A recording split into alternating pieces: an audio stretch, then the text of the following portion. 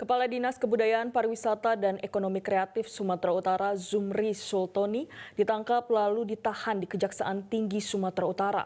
Tersangka ditahan terkait dengan dugaan korupsi kegiatan penataan situs Benteng Putri Hijau tahun 2022 di Deli Serdang.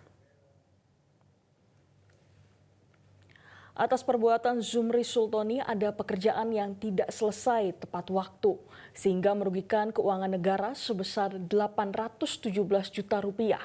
Kasus ini terbukti setelah Kadis Pariwisata Sumatera Utara ini menjalani pemeriksaan di Gedung Kejaksaan Tinggi Sumatera Utara dan langsung ditahan dan pihaknya pun langsung melakukan penahanan.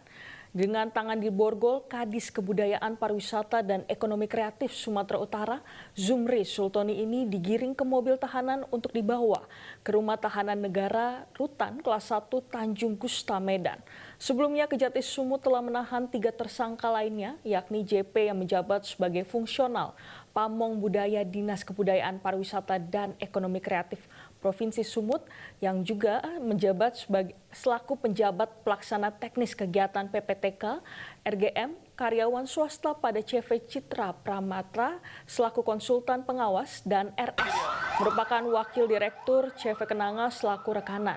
Zumri Sultoni pun sempat dipertanyakan tentang dugaan korupsi dalam program kemajuan destinasi wisata Danau Toba yang mendapatkan kartu kuning dari UNESCO. Hal ini pun sampai saat ini belum terselesaikan. Kartu kuning itu masih menempel terhadap destinasi wisata Danau Toba.